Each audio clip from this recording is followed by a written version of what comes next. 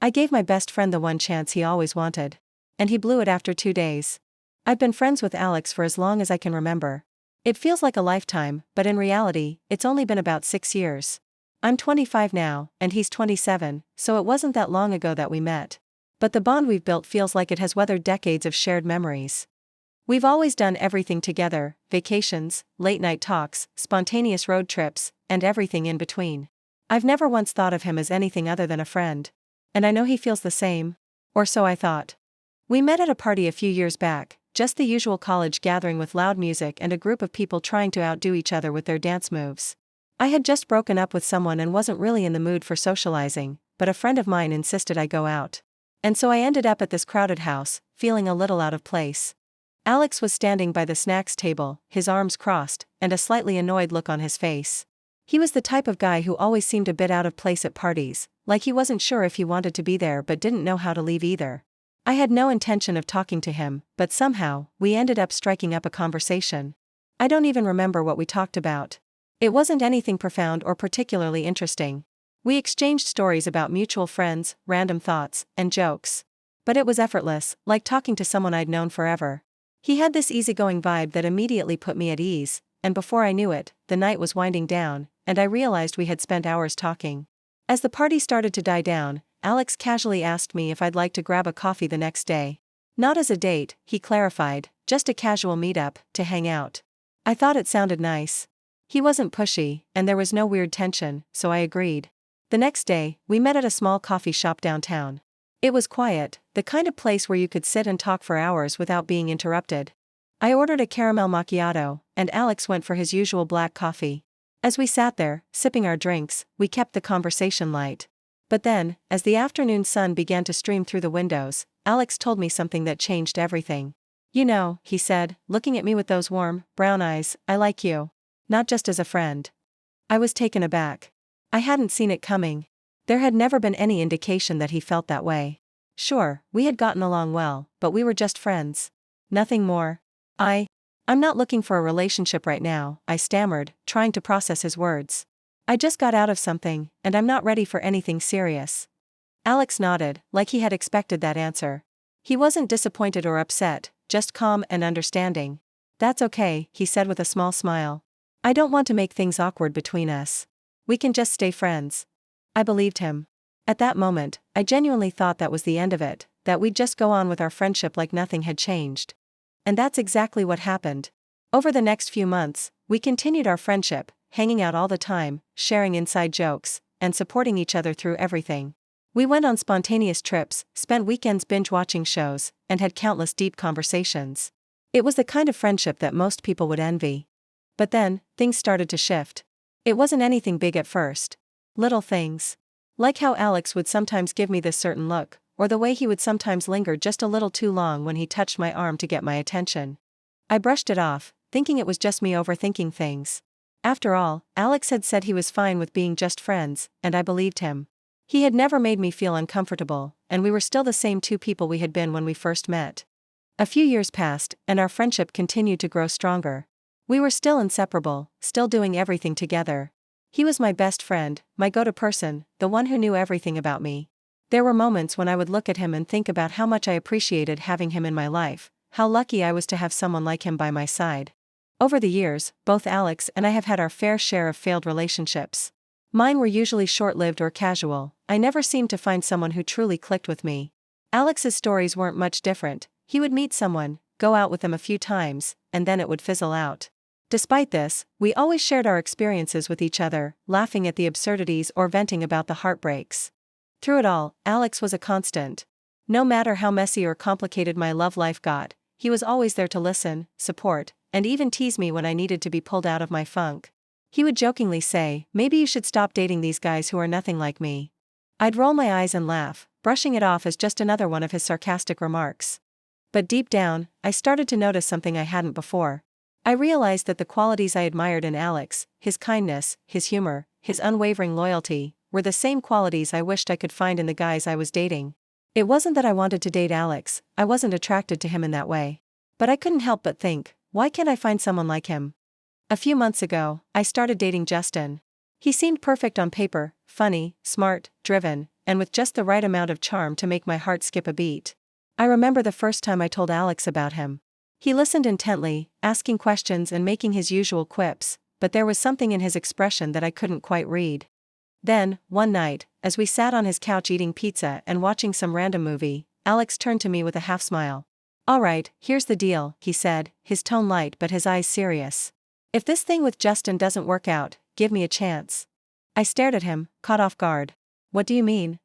"I mean, if it doesn't work out, and I'm not saying I hope it doesn't, just think about it. Maybe we owe it to ourselves to see what this could be." I didn't know what to say. Part of me wanted to laugh it off as one of his usual jokes, but I could tell he meant it. "Alex," I started, unsure of how to respond. "You don't have to decide anything now," he said quickly, holding up his hands. "I'm not trying to pressure you. I don't want to wonder, what if, forever. That's all." I nodded, not knowing what else to do. The conversation shifted back to the movie, and we didn't bring it up again. Now, months later, Justin and I are over. It wasn't a dramatic breakup, no yelling, no accusations. We just realized that we wanted different things. He wanted to focus on his career and traveling, while I was looking for something more stable, something deeper. We parted ways amicably, but I couldn't shake the feeling of disappointment. The first person I thought to call was Alex. But as I stared at my phone, I hesitated. He didn't know yet, and I wasn't sure I was ready to tell him. Because if I did, I knew the conversation would inevitably lead back to that deal. 1,000 thoughts swirled in my mind. Was Alex right? Did we owe it to ourselves to try? Or would taking that step ruin the friendship we had worked so hard to build? And, perhaps the hardest question of all, was I being selfish for not feeling the same way he did? I sighed, putting my phone down. I wasn't ready to face him yet. Not until I figured out what I truly wanted. It took me a few days to work up the courage to tell Alex about the breakup. The uncertainty gnawed at me. What would he say? Would he bring up the promise we'd made? Would I even be able to follow through with it if he did? When I finally called him, it was like ripping off a band-aid. I told him everything, how Justin and I had realized we wanted different things, how it was amicable but still disappointing, and how I was back to square one. "Are you okay?" Alex asked, his voice soft and concerned. "Yeah, I'm fine. Just frustrated, I guess," I admitted. "It's like I keep running into walls, no matter how hard I try." There was a pause before he spoke again. "Do you remember our deal?" I hesitated, the memory of that conversation flashing in my mind. "Yeah, I remember." "Well," he said, his tone gentle but firm, "I think we should try. See what happens. No pressure, no expectations. If it works, great. If not, or if one of us meets someone else along the way, we go back to being just friends. No hard feelings." His words were so matter-of-fact, so calm, that I felt a strange sense of relief. He wasn't trying to corner me or make me feel guilty. He was giving me a way out, even as he asked me to take a chance. "Okay," I said finally. "Let's try." A few days later, we went out together, this time as more than just friends. It felt strange calling it a date. It wasn't much different from any of the countless times we'd hung out before. We went to a small Italian restaurant we both loved, shared a bottle of wine, and talked about everything and nothing, just like we always did. If anything, it felt too normal. Like nothing had changed. Part of me wondered if that was a good thing or a bad thing. After dinner, Alex offered to walk me home. The air was cool and crisp, the streetlights casting a soft glow on the sidewalk as we strolled. We talked about random things, our favorite movies, the funny story about his coworker from last week, the vacation we'd been planning for years but never actually taken. When we reached my door, there was a moment of silence. He looked at me, his expression unreadable, and I felt a sudden nervousness twist in my stomach. "Well," he said, his voice quiet, "good night." And then he kissed me. It wasn't a rushed kiss or hesitant, it was deliberate and confident, like he'd been waiting for this moment for years. And maybe he had. To my surprise, I didn't pull away. Instead, I leaned into it, my mind blank except for the sensation of his lips on mine. When he finally stepped back, I could barely breathe. It was the best kiss of my life. Suddenly, I saw Alex in a way I never had before. The thought of kissing him used to make me cringe, but now I felt butterflies in my stomach, a warmth spreading through me that I couldn't ignore. For the first time, I wondered if maybe, just maybe, I had been wrong about us all along. Without thinking, I asked, "Do you want to come inside?" Alex hesitated, searching my face for any sign of uncertainty. When he didn't find any, he nodded. That night was unlike anything I had ever experienced. There was no awkwardness, no hesitation, just an easy, natural connection that felt both exhilarating and comforting. Alex knew me better than anyone else, and somehow, that made everything between us feel right. As we lay together in the quiet of my bedroom, I turned to him and said, "That was incredible." He smiled, brushing a strand of hair away from my face. "I'm glad." I didn't say anything else. I wasn't ready to talk about what it all meant. But as I drifted off to sleep beside him, I couldn't help but think about how much I regretted not giving him a chance sooner. 3 days after that magical night with Alex, I was furious. Not irritated, not mildly annoyed, furious. It had taken me years to even consider the possibility of being with him, and after one incredible night, I thought maybe, just maybe, we had a chance. But now? Now I wanted to scream. It started the day before. I had called Alex around noon, planning to invite him out for lunch or coffee, to start easing into this whole "we're dating now" thing. But before I could get a word in, he cut me off, his voice bright and excited. "You won't believe this," he said, barely able to contain his enthusiasm. Okay? What's up?" I replied, already a little wary. "I finally talked to that girl from the gym, you know, the one I told you about a while back. We went for a walk after our workout last night, and, well, I kissed her." My stomach dropped. "You kissed her?" I said, trying to keep my voice neutral, though I'm sure it cracked just a little. "Yeah. Can you believe it?" I was starting to think I'd lost my touch, but nope. "Still got it," he said, laughing. I sat there, gripping the phone so tightly that my knuckles turned white. 100 different emotions flooded through me: shock, anger, humiliation. But most of all, I felt stupid. Stupid for thinking that night we spent together had meant as much to him as it had to me. Okay, I mumbled, suddenly desperate to end the call. "Hey, you okay? You sound off," Alex asked, his tone shifting to concern. "No, I'm fine," I lied. "I just remembered I have something to do. I'll talk to you later." I hung up before he could say anything else. The rest of the day, he called and texted nonstop. "Are you sure you're okay? Did I do something wrong? Talk to me, please." I ignored him, too hurt and too angry to figure out what to say. The next day, after relentless messages and missed calls, I finally agreed to meet him. We went to the park near my apartment, a place we'd been countless times before, but this time the air between us was heavy with tension. "Okay, what's going on?" Alex asked as soon as we sat down on a bench. "You've been weird ever since yesterday." I took a deep breath, my anger bubbling to the surface. "What's going on? Are you serious right now? You cheated on me, Alex." His brow furrowed, genuinely confused. "What? What are you talking about? You kissed someone else. 2 days after we slept together, Alex. 2 days. And you're acting like it's no big deal." He blinked at me, still not understanding. "Wait a second. I didn't cheat on you. We agreed to try this out, but also that if one of us found someone else, it wouldn't be a big deal. That's what we talked about." I stared at him, dumbfounded. "Are you seriously using that as your excuse? You think it's okay to hook up with someone else 2 days after we decided to give this a shot?" I didn't think it was a big deal," he said, his voice quieter now. "You knew this wasn't permanent. I thought we were just seeing where it went." My voice rose, my frustration boiling over. "Do you even hear yourself right now? You don't just see where it goes by running off and kissing someone else. That's not how this works, Alex. That's not how any of this works." He rubbed the back of his neck, looking genuinely puzzled. "I wasn't trying to hurt you. I thought we were on the same page." "No, Alex," I snapped. "We weren't on the same page. Not even close. You can't say you want to give us a chance and then go flirt with someone else the second I'm not around. That's not giving us a chance. That's you proving that you never took this seriously in the first place." He opened his mouth to respond but stopped, his expression shifting as if he was finally beginning to understand. "I'm sorry," he said softly. "I didn't mean for it to come across like that. I just thought. I don't know what I thought." "Yeah, clearly," I shot back. We sat in silence for a moment, the weight of my words hanging between us. Finally, I stood up, looking down at him with a mix of anger and disappointment. "You know what, Alex? You had one chance. One. And you blew it. Don't expect another." He looked up at me, his expression unreadable. "So, that's it?" "That's it," I said, my voice cold and final. I walked away without looking back, my heart pounding in my chest. As soon as I got home, I shut the door behind me and leaned against it, letting out a shaky breath. My chest felt tight, my stomach twisted into knots.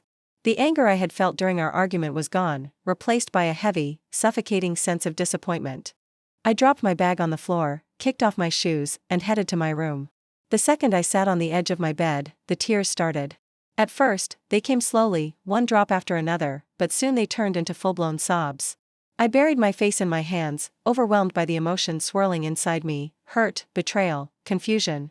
I didn't even know who I was more upset with, Alex, for being so thoughtless, or myself, for ever thinking we could be more than friends. I kept replaying the conversation in my mind, hearing his words over and over again. We agreed it wasn't permanent. How could he not understand? How could he not see that the moment we took that step, everything changed? I had been so cautious for years, so terrified of risking our friendship, and now it felt like I'd been right to worry all along. It wasn't just that he kissed someone else, it was the casual way he talked about it, as if it didn't matter. As if I didn't matter. And yet, another part of me couldn't help but feel foolish. Maybe I'd expected too much. Maybe I'd misunderstood him, or maybe I had wanted this to mean more than it ever really did. The thought was unbearable, and I felt fresh tears welling up. I pulled the blanket around me, curling up on the bed and hugging my knees to my chest. For the first time in years, I felt truly alone. Alex had always been my safe space, the one person I could count on no matter what. But now, even that felt tainted. How was I supposed to go back to the way things were after this? Could we even be friends again? I didn't have the answers, and the uncertainty was crushing. I stayed like that for hours, letting the waves of sadness and frustration wash over me. Eventually, the tears slowed, leaving me drained and exhausted. Staring at the ceiling, I whispered into the empty room, why did it have to turn out like this? But no one was there to answer. The days that followed were some of the hardest I'd had in years. I went through the motions of my routine, work, errands, scrolling aimlessly through my phone, but it all felt hollow. Every little thing reminded me of Alex. A meme I saw online made me instinctively reach for my phone to share it with him, only to stop myself. The coffee shop we always went to suddenly felt off limits, like stepping inside would sting too much. And then there was the silence. Alex wasn't calling or texting anymore. After our fight, he must have decided to give me space, or maybe he didn't think there was anything left to say. Either way, the absence of his usual messages and check-ins left a gaping hole in my life. Still, I couldn't bring myself to reach out. I told myself it was better this way.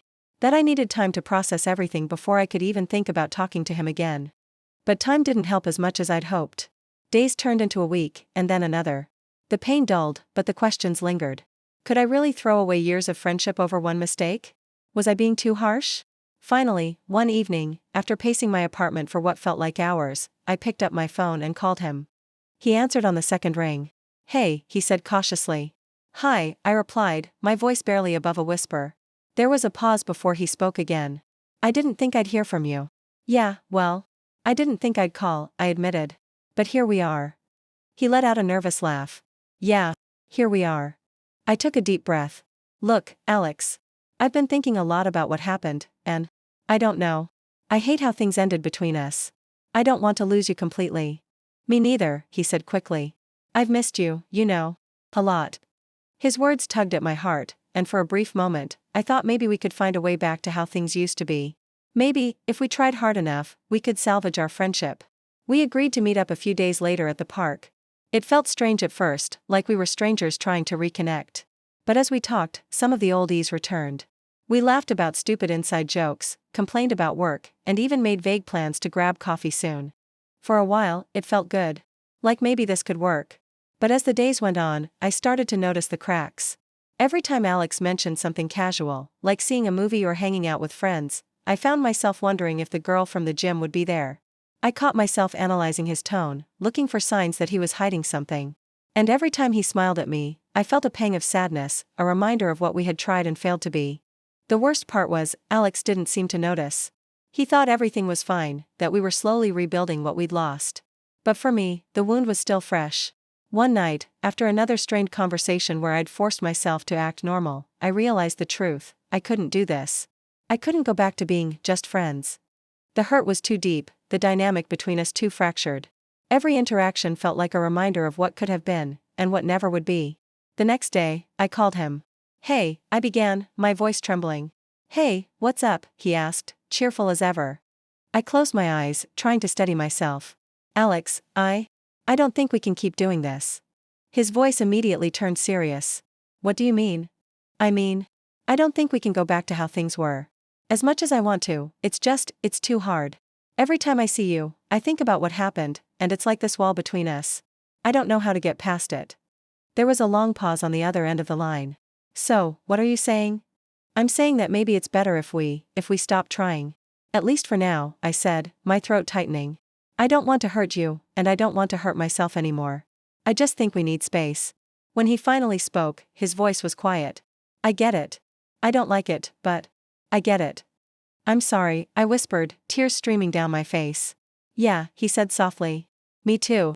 We hung up after that, and I sat there, staring at the phone, feeling both relief and heartbreak. I knew I'd made the right choice, but that didn't make it any easier. In the weeks that followed, I focused on myself, on healing, on letting go of the what-ifs, on learning to be okay without Alex in my life. Some days were harder than others, but slowly, I started to feel lighter. I don't know if Alex and I will ever cross paths again. Maybe, in time, we'll find a way to be friends again. Or maybe we'll simply remain a chapter in each other's lives, a bittersweet memory of what was and what could have been. For now, I'm learning to move forward, one step at a time. And though it hurts, I know it's the best thing for both of us.